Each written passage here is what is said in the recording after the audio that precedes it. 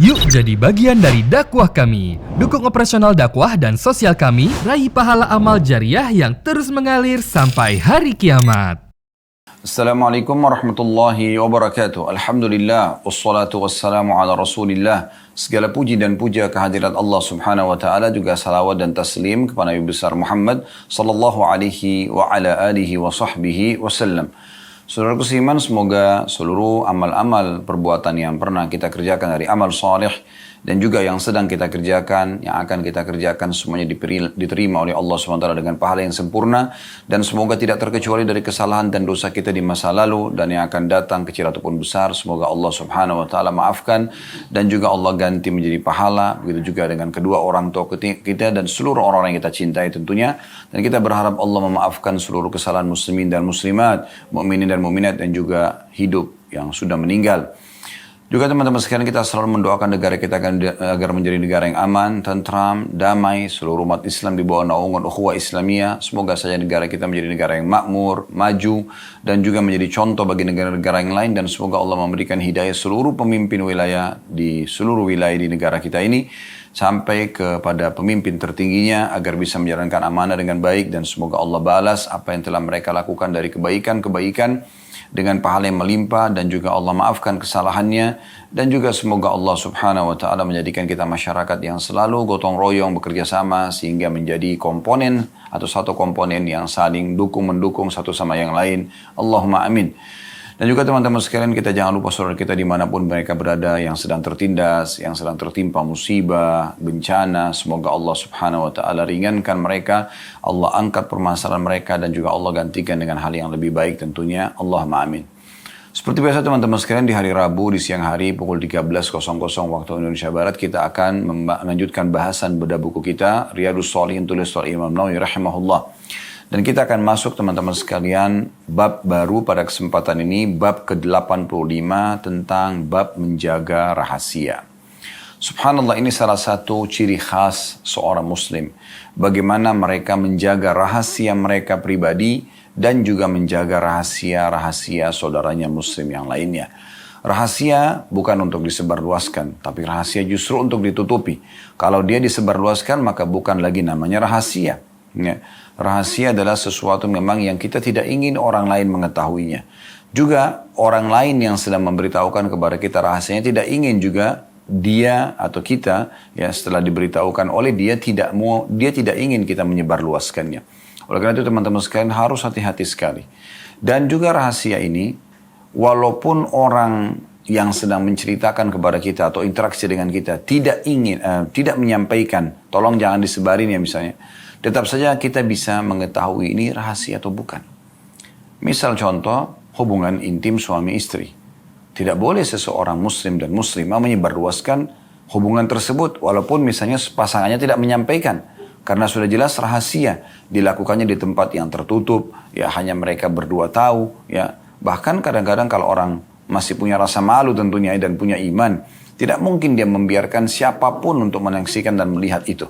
Ya, termasuk anak-anaknya sendiri misalnya, pasti pintu akan dikunci, ya bahkan sebagian orang memadamkan lampu, karena semua itu mereka tahu adalah rahasia, gitu kan.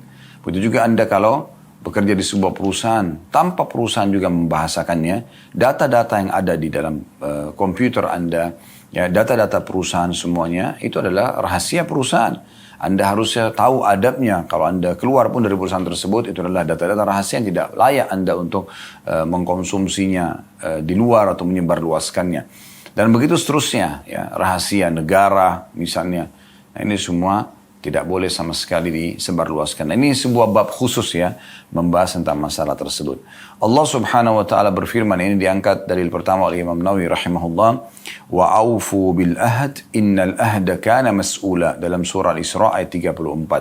Kata Allah subhanahu wa ta'ala, patuhilah janji itu, kesepakatan, sesungguhnya janji itu pasti akan diminta pertanggungjawabannya. Kapan kita sudah mengetahui itu adalah akad kita, ya, itu adalah sebuah rahasia, itu adalah akad secara umum dalam hadis, dalam ayat ini pun masuk akad kerja misalnya, ya. Apapun sifatnya akad maka harus dipatuhi selama tidak ada kemaksiatan di dalamnya. Nah, ini ayat Al-Quran menjelaskan masalah itu. Nah, sebenarnya dalam kesepakatan janji ini bisa saja itu sesuatu yang disepakati atau memang tadi saya katakan sudah umum diketahui itu adalah sebuah rahasia. Ya. Baik, kita masuk ke hadis pertama dalam bab ini. Hadis nomor 690 dari awal belajar berbunyi dari Abu Sa'id Al-Khudri radhiyallahu anhu, beliau berkata, Rasulullah sallallahu alaihi wasallam bersabda, "Inna min asyarrin nasi 'inda Allah manzilatan yawmal qiyamati ar-rajulu yufdi ila al-mar'ati wa tufdi ilayhi, thumma yanshur sirraha."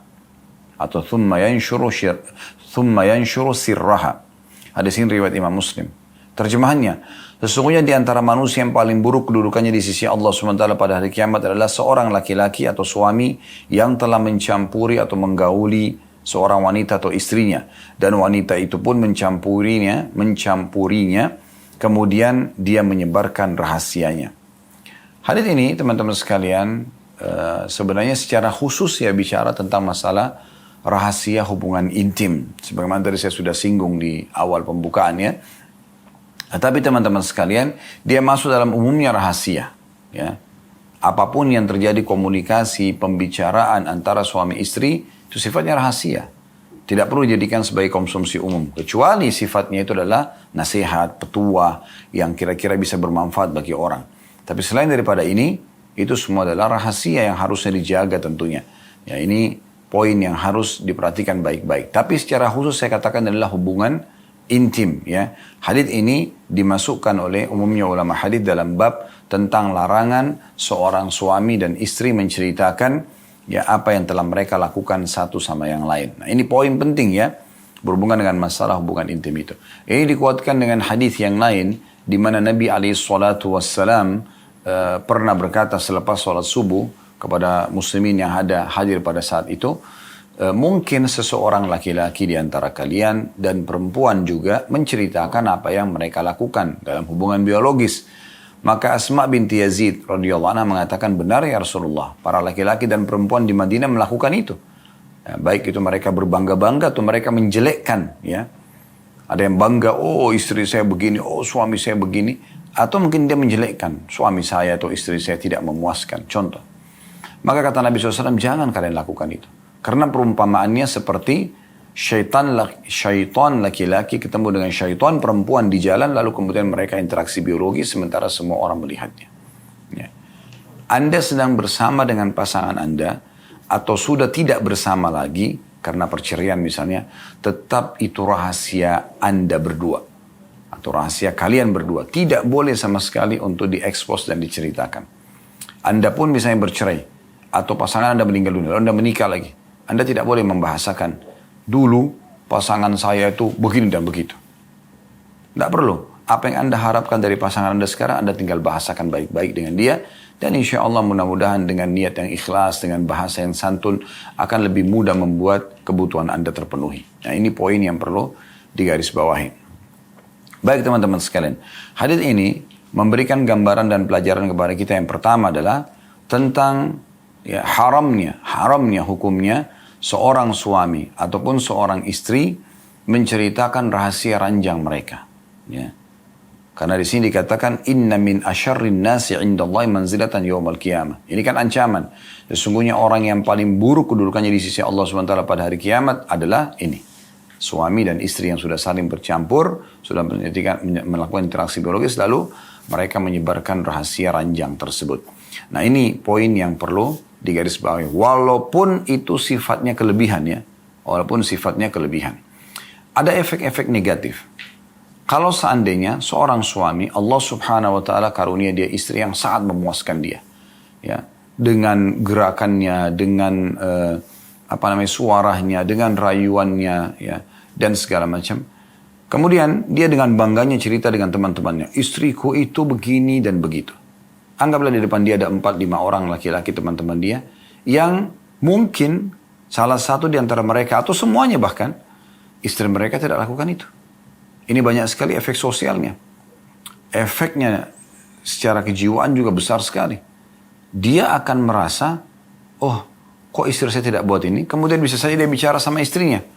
Itu istrinya si fulan melakukan begini dan begitu. Mungkin istrinya tidak bisa terima itu. Kok bisa kamu dengar rahasia orang misalnya? Atau mungkin saya adalah saya bukan dia, misal contoh. Kan terjadi pertengkaran yang tidak diharapkan ya. Atau misalnya, dia berpikir negatif dan digoda oleh syaitan untuk mengganggu istri si pencerita ini. Dan berbahaya sekali karena ungkapan-ungkapan sampai ke lengkukan badan digambarkan seakan-akan semua orang yang sedang diajak bicara di depannya ini melihat dengan mata secara langsung gitu ya. Dan diceritakan lengkungannya, diceritakan rambutnya, diceritakan bajunya, diceritakan lengannya, diceritakan pahanya dan seterusnya. Ya. Maka ini bahaya sekali karena ini kan rahasia luar biasa. Mungkin sang istri dengan niat baiknya ingin menunjukkan semua itu agar suaminya menikmatinya. Bukan untuk diekspos keluar sana.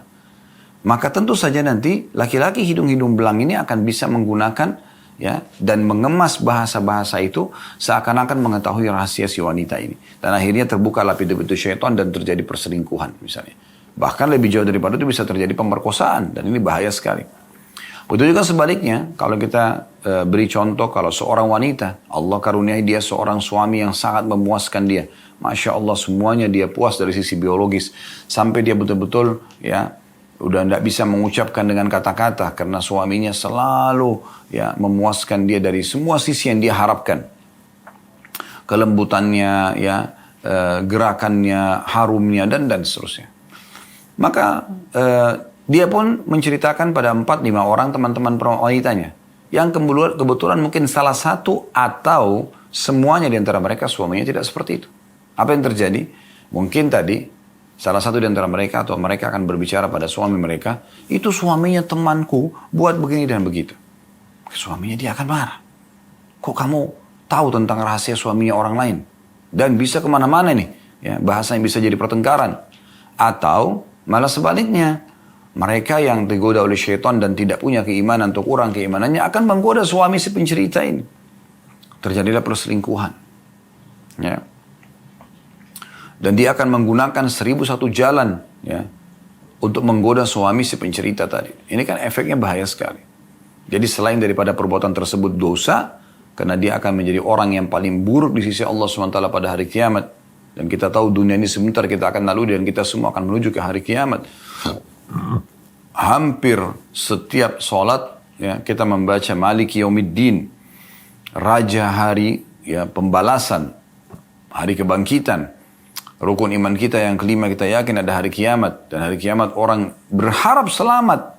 Masuk ke surga karena tidak ada tempat lain. Dan selamat dari api neraka. Surga kenikmatan abadi atau neraka siksaan abadi. Semoga Allah jadikan kita penghuni surga insya Allah tanpa hisab firdaus yang tertinggi. Dan semoga Allah selamatkan kita dari api neraka. Allahumma amin. Ya. Maka orang ini sangat buruk kedudukannya pada hari kiamat. Hanya karena menceritakan rahasia ini. Anda tetap menjadi status suami istri atau sudah bercerai. Perhatikan baik-baik. Tetap menjadi rahasia Anda berdua. Selesai. Jangan pernah terukir atau keluar ya gambaran tentang masalah hubungan biologis Anda itu. Ini poin penting sekali untuk digarisbawahi ya. Akan menjadi buruk sekali kedudukannya pada hari kiamat nanti. Baik. Pelajaran yang jadi rusak hubungan Anda sama Allah, Anda berdosa dan juga merusak hubungan Anda dengan pasangan Anda sebenarnya tanpa Anda sadari, ya gitu. Kemudian pelajaran yang kedua adalah pentingnya seseorang untuk menjaga ya hubungan biologisnya yang sehat tentunya. Sehat artinya mengikuti gambaran dan panduan agama, tidak boleh berhubungan biologis di kemaluan pada saat haid dan nifas, tidak boleh juga memasukkan kemaluan di dubur ya. Kemudian juga jangan lupa untuk membaca doa yang diajarkan Nabi SAW. Karena dengan membaca doa yang Nabi SAW ajarkan, Allahumma jannibna syaitani wa jannib syaitani ma razaqtana. Maka kalau dia karunia anak tidak akan diganggu oleh syaitan selamanya. Gitu kan? Saling memuaskan pasangan, diniatkan ibadah. Semua ini adalah bagian komponen daripada hubungan biologis dalam Islam. Kita sangat berbeda dengan orang non-muslim yang tidak pernah tahu masalah kebersihan. Mereka maaf, walaupun buang air besar, buang kecil, mungkin mereka tidak cebok. Kalau kita memang najis, tidak mungkin sholat tanpa cebok misalnya.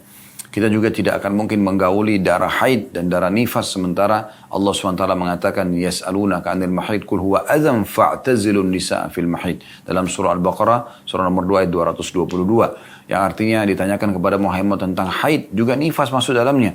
Katakan dia adalah penyakit ya. Maka jauhilah wanita untuk digauli di kemaluannya di saat itu ya.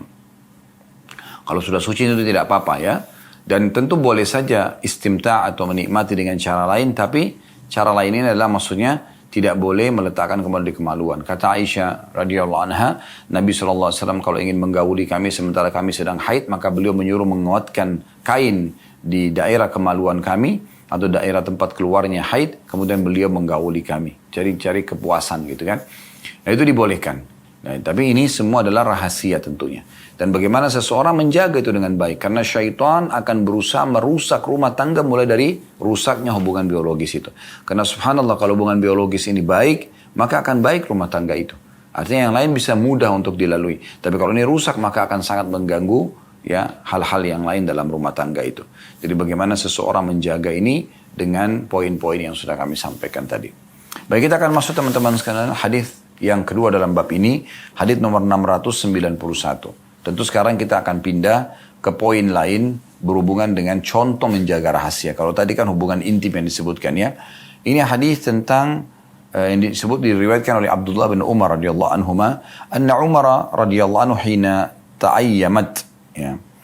Bintuhu Hafsa qala laqitu Uthman ibn Affan radhiyallahu anhu fa aradtu alayhi Hafsa فقلت إن شئت أنكحتك حفصة بنت عمر قال سأنظر في أمري فلبثت ليالي ثم لكيني فقال قد بدا لي ألا أتزوج يومي هذا فلقيت أبا بكر رضي الله عنه فقلت إن شئت أنكحتك حفصة بنت عمر فصمت أبو بكر رضي الله عنه فلم يرجع إلي شيئا فكنت عليه أوجد مني على عثمان فلبث ليالي حتى خطبها النبي صلى الله عليه وسلم فأنكحتها إياه فلقيني أبو بكر فقال لعلك وجدت علي حين أردت علي حفصة فلم أرجع إليك شيئا فقلت نعم قال فإنه لم يمنعني أن أرجع إليك فيما أردت علي إلا أني قد كنت علمت أن النبي صلى الله عليه وسلم ذكرها فلم أكن لأبشي سر رسول الله صلى الله عليه وسلم ولو تركها النبي صلى الله عليه وسلم لقبلتها. Hadis ini diriwayatkan oleh Bukhari. Terjemahannya, kata Abdullah bin Umar radhiyallahu anhu bahwa Umar bin Khattab radhiyallahu anhu ketika putrinya Hafsah radhiyallahu anha menjanda, dia berkata, kata Umar bin Khattab, aku telah bertemu Uthman bin Affan radhiyallahu anhu. Lalu aku menawarkan Hafsah kepadanya seraya aku berkata, jika kamu mau aku akan menikahkanmu dengan Hafsah binti Umar. Uthman menjawab, saya akan memikirkan lebih dulu.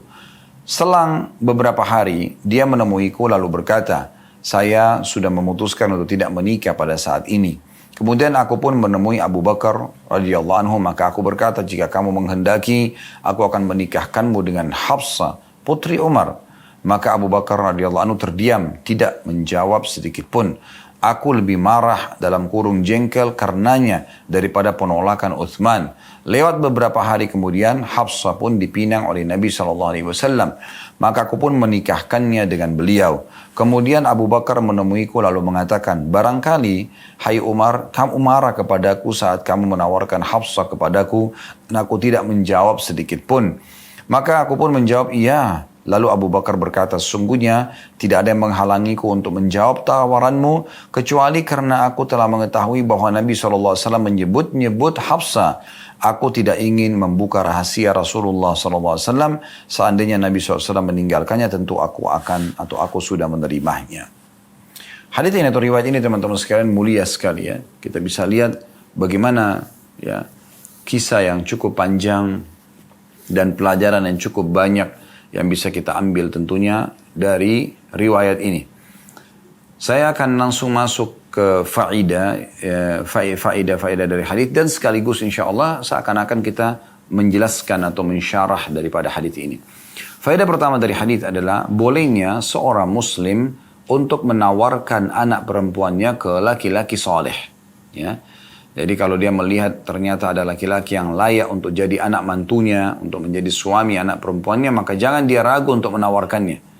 Di sini kita bisa lihat sikap Umar radhiyallahu anhu di saat Hafsah anaknya menjanda, dia tidak menunggu.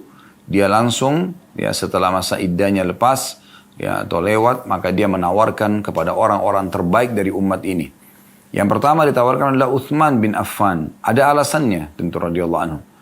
Ini bukan karena kekayaan Uthman, tapi ada beberapa riwayat dari Nabi SAW di mana Nabi SAW mengatakan, wahai kaum muslimin, ya nikahkanlah anak kalian dengan Uthman bin Affan, karena aku tidak menikahkan dia dengan kedua anak perempuanku, Ruqayyah dan Ummu Kalthum, kecuali karena wahyu dari Allah. Jadi tidak ada mungkin di antara umat ini yang khusus wahyu turun untuk menyuruh kita menikahkan anak perempuan kita dengan ya Uthman bin Affan. Andai pun kita hidup di masa itu, maka tentu kita pun ya akan menawarkan anak perempuan kita dengan Uthman karena adanya hadis ini.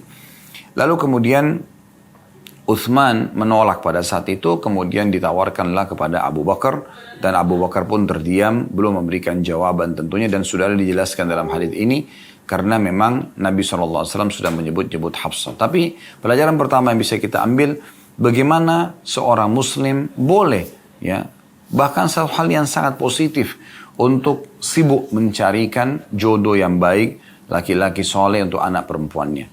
Tentu boleh juga ini terjadi mencari anak perempuan yang salihah untuk anak laki-lakinya, ya.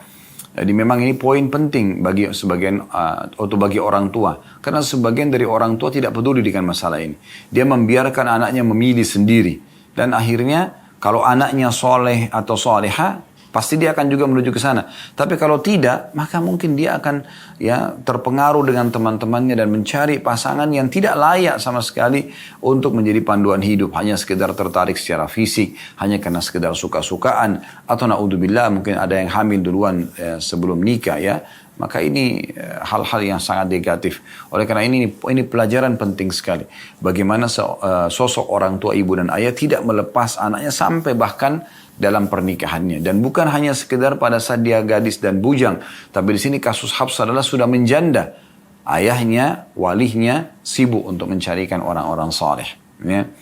Dan saya sudah bilang tadi, mencari yang terbaik dari umat ini diambil daripada dua figur ini, Uthman bin Affan dan Abu Bakar radhiyallahu anhu. Padahal sebenarnya banyak orang yang sepadan umurnya dengan ya Hafsah, tapi Umar bin Khattab mencari orang yang terbaik untuk anak gadisnya atau anak perempuannya. Nah, di sini sudah janda ya. Pelajaran yang kedua dari hadis yang bisa diambil adalah bolehnya seorang muslim menerima atau menolak lamaran. Bolehnya seorang muslim menerima atau menolak lamaran ya. Di sini Uthman bin Affan ya, langsung memberikan jawaban setelah beberapa hari memikirkan dan merenungi penawaran Umar bin Khattab. Kemudian dia memberikan jawaban kalau dia tidak mau untuk menikah di saat itu. Dan ini bahasa yang sangat santun ya. Sebenarnya dia tidak, mungkin dia tidak cocok, mungkin dia memang belum ingin menambah istri mungkin ya.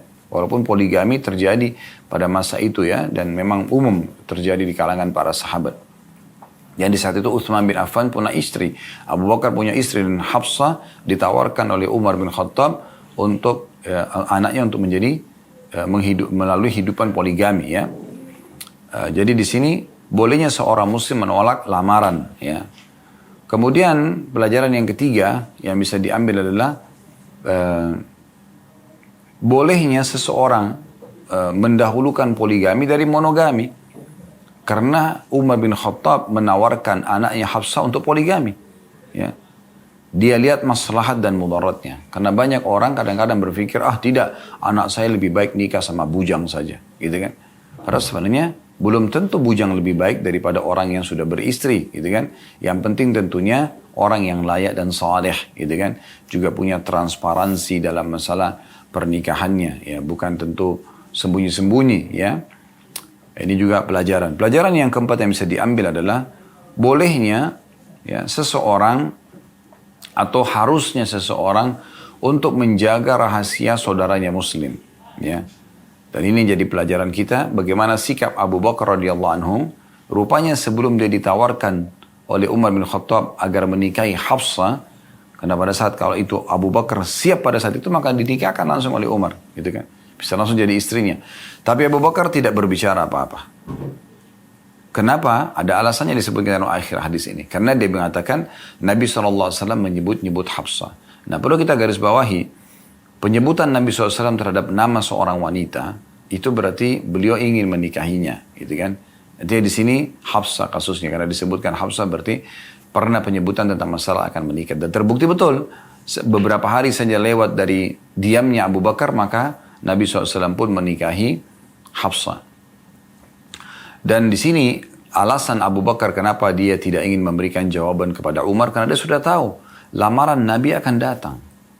Dan dia biarkan saja Nabi SAW yang menyampaikan kepada Umar. Bukan dia yang menyampaikannya kepada Umar gitu kan. Untuk menjaga rahasia Nabi SAW, karena ternyata ini adalah pembicaraan antara Nabi SAW dengan Abu Bakar pada saat itu. Dianggaplah misalnya Abu Bakar ini si A, Nabi SAW si B. Si B berbicara dengan si A, saya ingin melamar si C, Hafsah di sini posisinya, gitu kan? Maka posisi Abu Bakar di sini subhanallah bukan karena dia lihat kesempatan nih Hafsah janda, dia nikahi duluan, enggak. Tapi Nabi SAW sudah lebih dulu mengucapkannya dan dianggapnya sebuah rahasia seorang Muslim. Dia punya harapan, dia ingin menikahi Hafsah. Maka Abu Bakar pun menahan diri. Dan lebih mendahulukan Nabi SAW. Selain beliau memang Nabi, ini berlaku pada umumnya kita. Artinya kalau ada seorang Muslim dan saudaranya Muslim lebih berharap untuk menikahi, ya silahkan. Didahulukan saja. Gitu kan. Karena di sini kata Abu Bakar, kalau seandainya Nabi SAW tidak menikahinya, aku akan menikahinya. Karena di sini Abu Bakar memang diajak bicara oleh Nabi SAW bahwasanya Nabi akan menikahi Hafsah. Nah ini juga dianggap rahasia oleh Abu Bakar. Ini luar biasa ini, ya.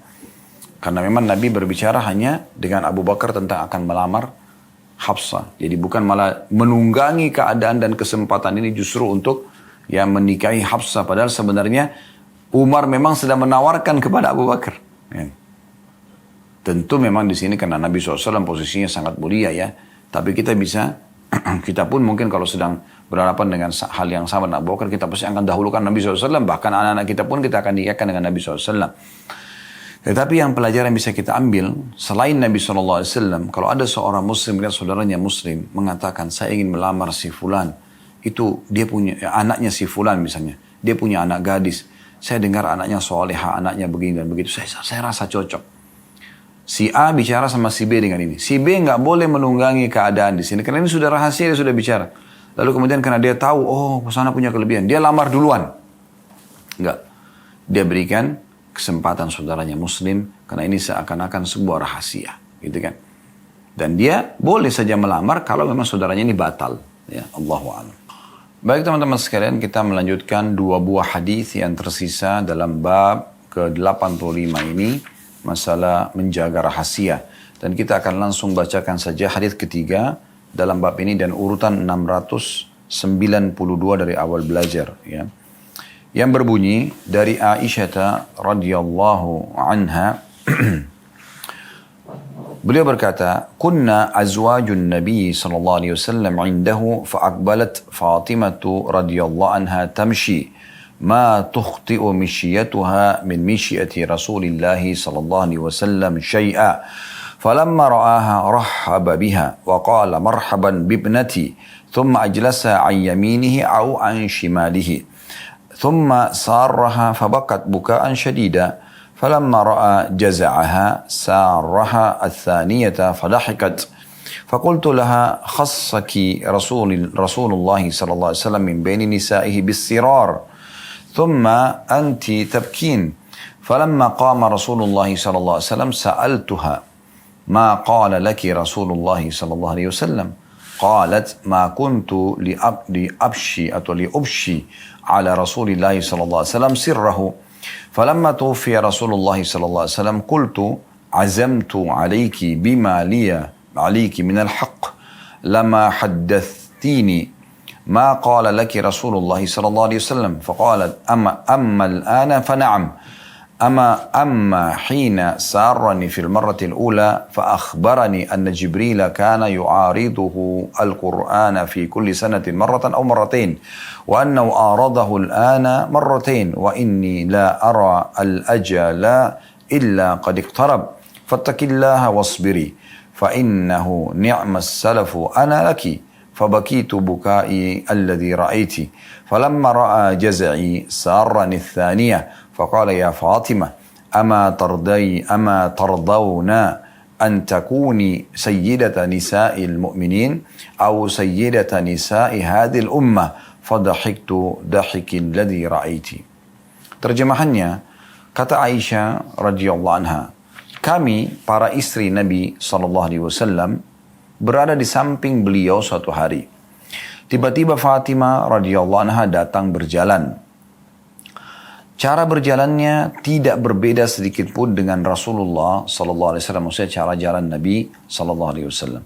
Tak kala beliau, Nabi SAW melihat Fatimah, beliau menyambutnya dan berkata, selamat datang wahai putriku. Kemudian beliau mendudukkannya di samping kanan beliau atau di samping kiri beliau. Kemudian beliau SAW membisikkan kepada Fatimah sesuatu. Maka Fatimah pun tiba-tiba menangis dengan tangisan yang sangat keras. Tak kala beliau melihat kesedihannya, beliau Nabi SAW membisikkan lagi untuk kali yang kedua. Dan Fatimah pun tertawa atau tersenyum. Maka aku berkata kepada Fatimah, Rasulullah SAW telah mengistimewakanmu dengan rahasia-rahasia di antara para istri beliau. Kemudian kamu pun menangis. Tak kala Rasulullah SAW telah beranjak pergi, maka aku menanyakan kepada Fatimah, apa yang telah dibisikkan oleh Rasulullah SAW kepadamu? Maka Fatimah berkata, ya, aku tidak akan menyebarluaskan rahasia Rasulullah SAW atau membuka rahasia Rasulullah SAW. Karena Nabi tadi membisikkannya, berarti tidak ingin orang lain tahu. Ketika Rasulullah SAW telah wafat, aku berkata, aku bersumpah, kata Aisyah kepada Fatimah, aku bersumpah atasmu, ya, karena aku memiliki hak atas dirimu, kamu belum menceritakan kepadaku atau kamu harus menceritakan apa yang telah dikatakan oleh Rasulullah SAW kepadamu. Maka Fatimah mengatakan, kalau sekarang, karena Nabi SAW sudah meninggal, baiklah. Pada bisikan pertama, beliau SAW memberitahukan kepadaku bahwa Jibril senantiasa mengulangi bacaan Quran kepada beliau sebanyak 1 kali atau 2 kali dalam setiap tahun. Dan sekarang Jibril mengulanginya 2 kali sekaligus. Ya. Maka kata Nabi SAW, dan aku menduga ajalku telah dekat. Maka bertakwalah kepada Allah wahai Fatimah dan bersabarlah. Maksudnya bila aku meninggal nanti. Sesungguhnya aku adalah sebaik-baik pendahulu untukmu. Maka Fatimah mengatakan, aku pun menangis dengan tangisan yang telah engkau saksikan. Tak kala beliau SAW melihat kesedihanku, maka beliau pun membisikkan yang kedua kali seraya mengatakan, wahai Fatimah, tidakkah kamu rela dan ridho kalau kamu menjadi penghulu bagi para wanita kaum mukminin atau penghulu para wanita umat ini nanti di surga? Maka aku pun tertawa sebagaimana yang telah engkau lihat. Hadis ini riwayat Bukhari Muslim dan lafadznya adalah lafadz Imam Muslim. Riwayat yang cukup panjang tadi, 692 ini, memberikan pelajaran yang banyak sekali kepada kita. Langsung saja kita masuk ke pelajaran, faedahnya sekaligus penjelasan sebagaimana tadi hadis sebelumnya ya. Faedah pertama dari hadis ya adalah pentingnya seseorang memuliakan anak perempuannya. Ya. Pentingnya seseorang memuliakan anak perempuannya. Jadi subhanallah, anak perempuan ini punya kedudukan khusus ya. Walaupun memang tidak boleh kita bedakan dengan anak laki-laki. Tetapi cukup banyak dalil-dalil syar'i yang menjelaskan kalau anak perempuan punya kedudukan yang luar biasa. Kata Nabi SAW, siapa yang dikaruniai anak atau 2 atau 3 orang anak perempuan, lalu dia mendidiknya dengan baik, dia mengurusnya, ya, dia menikahkannya atau sampai menikah, ya, kecuali akan menjadi hijab baginya dari api neraka atau akan menjadi penyebab dia masuk ke dalam surga, gitu kan. Jadi memang memuliakan anak-anak ini penting ya, memuliakan mereka ya, jangan sampai karena anak sering dibentak, sering dimarahin, tidak. Memuliakan anak-anak penting sekali, terutama anak perempuan karena mereka dominan perasaan. Tentu sekali lagi kita harus adil pada anak-anak ya, tetapi di sini karena kasusnya adalah Fatimah radhiyallahu anha, Nabi SAW memuliakannya. Di depan para istrinya pun pada saat para istri sedang duduk bersama Nabi SAW, maka Fatimah masuk dan langsung Nabi SAW menyambutnya sambil mengatakan, marhaban ya benati, selamat bertemu wahai ya anak perempuanku. Lalu Nabi SAW dudukkan secara khusus di sebelah Nabi SAW dari dikatakan sebelah kanan atau sebelah kiri. Jadi pelajaran pertama, faedah pertama adalah bagaimana pentingnya seorang muslim memuliakan anak-anak mereka. Ya, tentu di sini memuliakan artinya memberikan hal-hal yang baik kepada mereka. Bukan ya memberikan kesempatan anak-anak untuk mengatur orang tuanya. Ini keliru ya. Karena ada sebagian orang tua, mereka malah memberikan peluang agar anak-anaknya bahkan masih di bawah umur untuk mengatur orang tuanya. Saya berapa kali bertemu dengan jemaah, ada di antara mereka yang sudah berumur 30 tahun, 40 tahun. Anaknya umur 7 tahun, 8 tahun. Tapi setiap kali mau pergi ke satu tempat, bagaimana bang? Bagaimana kak? Ya. Anaknya ditanya, mau nggak pergi ke sana? Untuk apa ditanya anak seperti ini? Harusnya Anda sebagai orang tua membiasakan mereka ikut dengan Anda, bukan Anda yang ikut dengan mereka. Gitu kan? Sama juga dengan penawaran makanan, sering kami bahasakan ini. Jadi dalam menawarkan makanan, dalam menyajikan makanan, sajikan saja. Dan mengatakan, nak, ini adalah rezeki dari Allah, kita nikmati bismillah, dan bersyukur setelah itu. Biasakan pola itu ada. Kalau kapan Anda selalu menawarkan, mau makan apa, akhirnya nanti makanan-makanan yang Anda tawarkan ini, kapan tidak bisa Anda siapkan, mereka akan kecewa pada Anda. Dan ini awal pintu kedurhakaan, tanda kutip di sini. Harusnya jangan, dihindari. Begitu juga dengan pakaian, berikan mereka pakaian. Dan biasakan mereka selalu menerima pakaian yang sudah Anda siapkan untuk mereka. Nah ini poin penting sekali ya dalam pendidikan anak. Dan tentu sambil kita muliakan mereka, maksudnya kita berikan makanan yang terbaik, minuman yang terbaik, pakaian yang terbaik, tempat tinggal yang terbaik, ya, panduan hidup, nasihat-nasihat yang baik, lembaga pendidikan yang baik, ya, fasilitas yang umum yang digunakan kamar tidur, ranjang, lemari, baju dan seterusnya, semua kita berikan yang terbaik dengan niat untuk memuliakan anak-anak kita. Itu dibolehkan. Nah ini faedah yang bisa diambil dari hadis ya. Faedah yang pertama itu memuliakan anak-anak, terutama anak perempuan di sini ya. Kemudian yang kedua yang bisa diambil faedah dari hadis adalah bolehnya ya, dalam kehidupan poligami seseorang laki-laki untuk mengumpulkan para istrinya, walaupun tidak setiap saat gitu kan. Di sini ya Aisyah mengatakan di awal riwayat, kami para istri Nabi satu hari pernah duduk di sekitar Nabi SAW atau bersama beliau. Perhatikan riwayatnya begitu kan. Kunna azwajun Nabi SAW indahu. Kami para istri Nabi satu hari pernah berada di sisi beliau semuanya bersama-sama. Ya, kebersamaan ini penting tentunya, tapi tidak setiap saat. Tapi ada waktu-waktu di mana mereka mungkin bisa bertemu ya, di saat Anda lihat maslahatnya ada di situ. Nah, pelajaran yang ketiga yang bisa diambil dari hadis adalah tentang bagaimana bolehnya seseorang menyampaikan rahasia kepada orang lain tanpa memberitahukan kepada orang yang lain juga. Misalnya di sini Nabi SAW beritahukan kepada Fatimah dan tidak memberitahukan pada istri-istri beliau. Ya, berarti tidak semua harus disampaikan pada istri. Kalau memang dianggap itu adalah rahasia yang khusus buat anak-anak saja, itu boleh saja, gitu kan? Itu boleh saja karena di sini Nabi SAW berikan contoh masalah itu. Sebenarnya beliau bisa saja menyampaikan kepada istri-istrinya juga semuanya, gitu kan? Tapi mungkin Nabi SAW tidak ingin para istrinya sedih, ya, karena mengetahui sudah dekatnya ajal beliau, ya. Maka beliau hanya sampaikan kepada Fatimah, cukup, gitu kan? Jadi ini menandakan memang ada kedudukan khusus bagi Fatimah radhiyallahu anha, ya. Ini pelajaran yang ketiga. Pelajaran yang keempat yang bisa diambil adalah kedudukan Fatimah radhiyallahu anha, ya, di antara para anak-anak Nabi SAW yang lain. Ada Zainab, ada Ummu Kalthum, ada Ruqayyah, yang wanita-wanita yang sempat hidup ya sampai dewasa. Kalau yang laki-laki Al-Qasim, Abdullah dan Ibrahim meninggal pada saat mereka masih kecil ya, masih belasan bulan gitu ya. Nah kalau di antara anak-anak Nabi SAW, maka Nabi SAW mengkhususkan Fatimah. Ini mirip dengan bagaimana Nabi Yaqub alaihissalam mengkhususkan Yusuf. Pengkhususan sini maksudnya adalah ada hal-hal mungkin karena khidmah, karena keramahan, karena apa segala macam. Maka anak-anak ini punya kelebihan khusus gitu.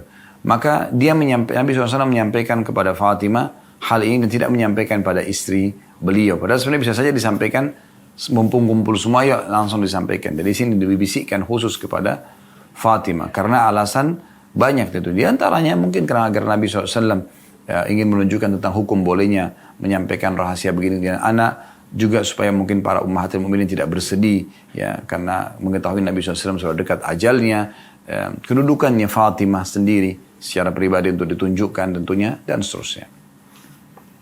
Pelajaran kelima dari hadis yang bisa diambil adalah pentingnya menjaga rahasia, dan ini yang jadi saksi bahasan kita. Bagaimana Fatimah radhiyallahu anha pada saat mengetahui Nabi SAW membisikkan kepada beliau, berarti menandakan rahasia. Datang Aisyah bertanya langsung setelah Nabi SAW berdiri, apa yang Nabi bisikkan? Dia mengatakan, saya tidak akan membuka apa yang Nabi sudah rahasiakan. Perhatikan sangat pekah bagaimana Fatimah al-Batul radhiyallahu anha, ya, yang benar-benar, ini julukan beliau al-Batul ya, orang yang luar biasa, sangat dekat dengan Allah SWT, dekat dengan Nabi SAW. Fatimah radhiyallahu anha langsung mengatakan, saya tidak akan mungkin menyampaikan rahasia Nabi SAW. Karena kalau Nabi ini bukan rahasiakan, pasti Nabi sudah sampaikan. Sementara di situ hanya ada istri-istri Nabi dan anaknya saja satu orang, Fatimah. Ya, jadi harusnya Nabi sudah sampaikan, tapi karena Nabi tidak sampaikan, dibisikkan berarti rahasia. Coba bayangkan. Ya. Kalau ada yang menyebutkan kepada Anda melalui secara langsung lisannya atau melalui tulisan, ketik ini rahasia misalnya, maka tidak boleh Anda beberkan, gitu kan? Tidak boleh Anda beberkan. Ya, karena ada sebuah hadis yang mulia ya, hati-hati sekali kata Nabi SAW, siapa yang sengaja mencari-cari aib saudara muslim, bahkan menyebarkan rahasianya, maka Allah pun akan membongkar rahasia dia, ya, atau aib dia, walaupun dari dalam rumahnya. Maka ini poin penting, ya gitu. Dan ini jadi saksi bahasan kita. Kemudian pelajaran yang selanjutnya yang keenam adalah bagaimana Nabi SAW ya, mengetahui dan merasakan kalau ajal beliau akan dekat atau sudah dekat. Ya. Jadi ini adalah tanda-tanda di mana Nabi SAW mengetahui, oh ternyata dengan seringnya Al-Quran diulangi, tadinya setahun sekali atau setahun dua kali, maka sekarang bisa langsung 2 kali selalu berturut-turut, maka berarti menandakan ajal sudah dekat. Ya. Dan seorang mukmin memang harus selalu yakin dengan ajal yang sudah dekat, ya, tanpa harus berangan-angan terlalu berlebihan ke depan. Selama Allah berikan dia umur di hari ini, maka sering kami bahasakan hari ini adalah hari emas Anda, maksimalkan. Ya. Kalau masa lalu Anda penuh dengan dosa, tinggal Anda bertobat di hari ini, maka Anda akan selamat tentunya. Kalau masa lalu Anda penuh dengan amal soleh, maka sekarang hari ini perbanyak amal soleh tambahan, agar nanti bisa meninggikan derajat Anda di surga. Pelajaran yang ketujuh yang terakhir adalah bagaimana kedudukan Fatimah radhiyallahu anha kalau beliau akan menjadi sayyidatu hadil ummah, ya, atau pemimpin seluruh wanita mukmin atau seluruh umat ini, wanita umat ini. Ini kedudukan yang luar biasa ya. Ini pelajaran terakhir bagaimana Fatimah radhiyallahu anha dinobatkan, dan ini melalui wahyu kalau dia adalah pemimpin wanita-wanita umat ini atau umat Islam. Dan ini juga dikuatkan dengan hadis yang lain kalau Nabi SAW mengatakan pemimpin para wanita di surga adalah disebutkan ibunya Fatimah itu Khadijah, kemudian Fatimah, Maryam, kemudian Asia. Jadi 4 wanita ini termasuk orang-orang yang mulia dan pemimpin para wanita di surga. Baik, hadis terakhir teman-teman sekalian dalam bab ini, hadis nomor 693. Yang berbunyi dari Thabit dari Anas radhiyallahu anhu, beliau berkata, "Ata alayya Rasulullah sallallahu alaihi wasallam wa ana al'abu ma'al gilman, fasallama alaina faba'athani ila haja, fa'abta'tu ala ummi, falamma ji'tu qalat ma habasaka, qultu ba'athani Rasulullah sallallahu alaihi wasallam lihaja, qalat ma hajatuhu, qultu innaha sir, qalat la tukhbiranna bisirri Rasulillah sallallahu alaihi wasallam ahada." Qala Anas, wallahi law haddathtu bihi ahadan la haddathtuka bihi ya Thabit. Hadis ini diriwayatkan Muslim dan Imam Bukhari meriwayatkannya secara ringkas. Terjemahannya, kata Anas ya, pada saat itu menceritakan pada Thabit. Thabit ini seorang ya sahabat atau teman dekatnya Anas. Anas mengatakan, aku pernah didatangi oleh Rasulullah SAW. Ketika itu aku bermain-main dengan anak-anak kecil, karena memang beliau masih kecil pada saat itu. Lalu Nabi SAW mengucapkan salam kepada kami dan menyuruh aku untuk satu keperluan beliau. Akhirnya aku pun terlambat pulang kepada ibuku karena sibuk membelikan hajat-hajat Nabi SAW. Ketika aku pulang, ibuku bertanya, apa yang telah membuatmu terlambat balik? Maka aku berkata, aku telah disuruh oleh Rasulullah SAW untuk membeli suatu keperluan. Lalu ibuku bertanya, apa keperluan beliau? Aku menjawab, itu rahasia. Maka ibuku berkata, jangan memberitahukan rahasia Rasulullah SAW kepada siapapun. Lalu Anas berkata, demi Allah, seandainya aku memberitahukan kepada seseorang, tentu akan memberitahukan kepadamu wahai Thabit. Thabit adalah sahabat dekat ya Anas radhiyallahu anhu majma'in. Baik, hadis ini teman-teman sekalian adalah hadis terakhir dalam bab ke-85 tentang masalah bab menjaga rahasia. Kita akan langsung masuk ke faidahnya dan juga sekaligus ya penjelasan tambahan daripada atau syarah daripada hadis ini. Pelajaran pertama tentang pentingnya seseorang bermuamalah ya sebagai seorang muslim baik ya dengan orang yang seumur dengan dia ataupun kepada atau dengan anak-anak. Nabi SAW dalam beberapa kali dikatakan mengucapkan salam kepada orang dewasa, laki-laki, perempuan, anak-anak. Nah di sini anak-anak juga diucapkan salam oleh Nabi SAW. Dan juga Nabi SAW melibatkan anak-anak dalam banyak aktivitas, gitu kan? Jadi jangan sampai kita menganggap remeh kecuali memang dia belum menguasainya. Tapi di saat dia menguasai sebuah bidang, jangan melihat umur. Bukankah Nabi SAW mengangkat Usama bin Zaid di umur 17 tahun untuk memimpin pasukan perang di akhir hidup Nabi SAW. Dalam pasukan ada Abu Bakar, ada Umar, ada Uthman, ada Ali. Ada sahabat-sahabat Nabi yang senior. Bukankah Nabi SAW pernah ya melibatkan beberapa orang sahabat dalam perang Uhud. Karena mereka punya keterampilan dalam berperang seperti Rafi' ibn Khadij radhiyallahu anhu yang umurnya masih berapa belas tahun, antara 13 atau 14 tahun. Karena dia ahli dalam memanah ya. Seingat saya maka diloloskan oleh Nabi SAW. Dan ada beberapa sahabat-sahabat Nabi yang lain seperti itu. Jadi kita perlu melibatkan anak-anak kita terutama kalau memang mereka terlihat dewasa, terlihat bijaksana. Boleh kita libatkan dalam menyelesaikan hajat-hajat kita atau kita menyampaikan rahasia. Pelajaran yang kedua, pentingnya mengucapkan salam kepada semua muslim tuh, termasuk anak-anak. Nah ini kenapa kita singgung teman-teman sekalian, karena banyak di antara orang tua masuk ke dalam kamar anaknya, salam aja enggak, langsung to the point berbicara. Telepon anaknya juga sama, langsung to the point, tidak mengucapkan salam. Suami istri tidak pernah salam. Ya. Oh, anak juga pada orang tua karena terbiasa orang tua yang didik tidak mengucapkan salam, maka tidak juga mengucapkan salam. Teman dengan temannya, bawahan sama atasan, atasan sama bawahan. Bahkan di tempat umum itu kayaknya sesuatu yang sangat jauh untuk diamalkan sunnah Nabi SAW. Karena Nabi SAW mengatakan untuk ditanya, amalan apa dalam Islam yang sangat baik? Kata Nabi SAW, engkau memberikan makan kepada orang-orang dan engkau ucapkan salam kepada orang yang kau kenal dan kau tidak kenal. Kita harus hidupkan salam ini. Assalamualaikum, artinya semoga keselamatan dunia akhirat untuk kalian. Warahmatullah, dan semoga rahmat Allah, maksudnya di sini adalah rezeki. Ya, selalu melimpah untuk kalian. Wabarakatuh, dan semoga Allah berkahi atau menjadikannya sebagai hal yang cukup ya buat kalian. Bayangkan kalau suami istri saling mendoakan seperti ini. Assalamualaikum warahmatullahi wabarakatuh. Semoga keselamatan dunia akhirat selalu bersamamu. Kemudian semoga rezeki Allah melimpah untukmu. Semoga selalu engkau tercukupi. Lalu si istri menjawab atau suami jawab, Waalaikumsalam warahmatullahi wabarakatuh. Semoga juga untukmu kebahagiaan dunia akhirat. Semoga juga untukmu rezeki. Semoga juga untukmu keberkahan atau kecukupan. Ini luar biasa. Dalam sehari berapa kali kita komunikasi via WA, tulisan ataupun via voice. Suara telepon misalnya. Begitu juga dengan orang ketemu dengan orang lain. Bahkan kata Nabi SAW mengucapkan kalau dua orang muslim jalan, ya, kemudian mereka dipisahkan oleh batu ataupun pohon, maka yang paling baik yang memulai salam. Atau sebaiknya mereka mengucapkan salam. Ini luar biasa.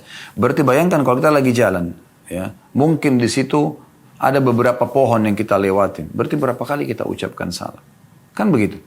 Apalagi pahalanya Assalamualaikum 10, warahmatullah 10, wabarakatuh 10. Begitu yang disebutkan dalam hadis Nabi SAW. Di sini dikatakan, diambil dari potongan hadis waktu Anas mengatakan, aku sedang bermain dengan anak-anak dan Nabi SAW datang, lalu fasallama alaina. Lalu beliau mengucapkan salam kepada kami. Baik, pelajaran yang ketiga, bolehnya seseorang mendahulukan Nabi SAW ya, dari kedua orang tua. Khusus Nabi SAW ya. Kalau orang lain tidak boleh. Jadi kalau Nabi SAW boleh kita dahulukan. Karena beliau adalah orang yang paling mulia yang harus kita dahulukan. Gitu kan. Pernah Umar bin Khattab mengatakan, ya Rasulullah, aku mencintai anda melebihi apapun dan siapapun kecuali diriku. Kata Nabi SAW, tidak bisa ya Umar. Sampai aku juga lebih engkau cintai dari dirimu sendiri. Maka Umar sedikit merenung, lalu kemudian beliau mengatakan, sekarang ya Rasulullah, aku mencintai anda melebihi diriku sendiri. Maksudnya apapun yang anda perintahkan, walaupun aku tidak suka, aku akan terima. Apa yang anda larang, walaupun aku suka, aku akan tinggalkan.